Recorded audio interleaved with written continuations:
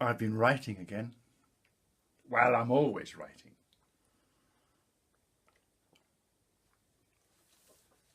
And this time, I've been focusing quite a lot on the book I'm writing with Elizabeth. The idea is to talk about change at a late stage in life. I say late. The character is a grandmother. She's 90. And the story talks about how she changes one thing in her life that she regrets. And she does it, of course, using a neuro-linguistic programming technique called timeline, and the details of which I am not qualified to speak, but Elizabeth is the expert on this. So if you imagine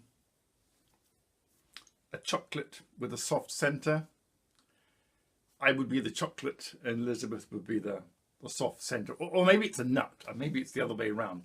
Maybe it's a chocolate case, that's the story. And inside is this kernel of wisdom about how to change your past. Because it's never too late to change.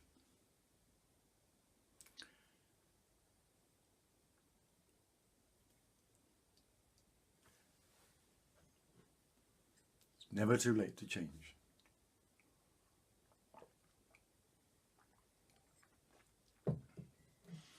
We're at the end of the story, literally the end. And yesterday I sent it to Elizabeth for approval, and she sent it back, as all good critics do, with some yellow marking saying this should be, that shouldn't be. And the ending. In typical Martin style, I've left the ending literally up there in the sky, up there in the, aha, here's the nugget, the kernel of wisdom. And Elizabeth wrote, I'm not sure that the story ends here. I know what she means. The story does not end here. Please continue, finish it, land it. So there's a chapter or two. So I thought like this. Since this is about an airship, why not have Granny go up into the cabin, the control room, and take this airship down onto the Hudson River and land it there? Or why not just turn it nose up into space and land it on the moon? Nah. Fun, but nah. I think what's going to happen is, and I'll know for sure when I sit down with Gran and let her tell me, I think what's going to happen is, after the great reveal, once you've bitten through the chocolate, once you've bitten into the nut and you've got the wisdom, you then need to chew it a little more, but not too much.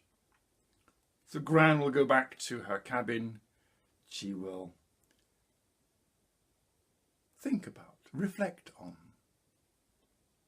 what she's been able to do through the use of this technique, the timeline technique,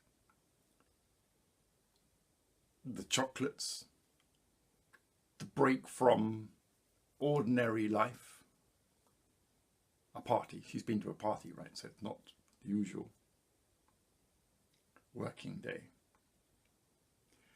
And have in the story a conversation as the airship returns to the airport.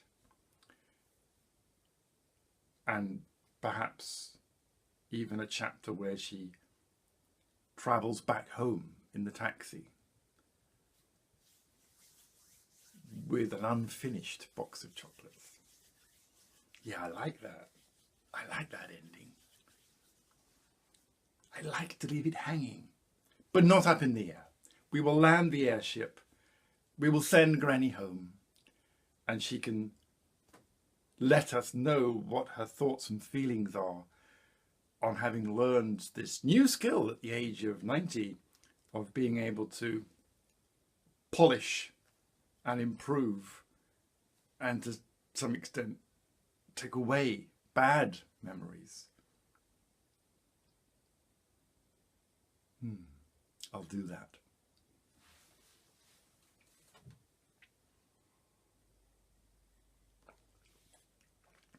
It's tea, of course.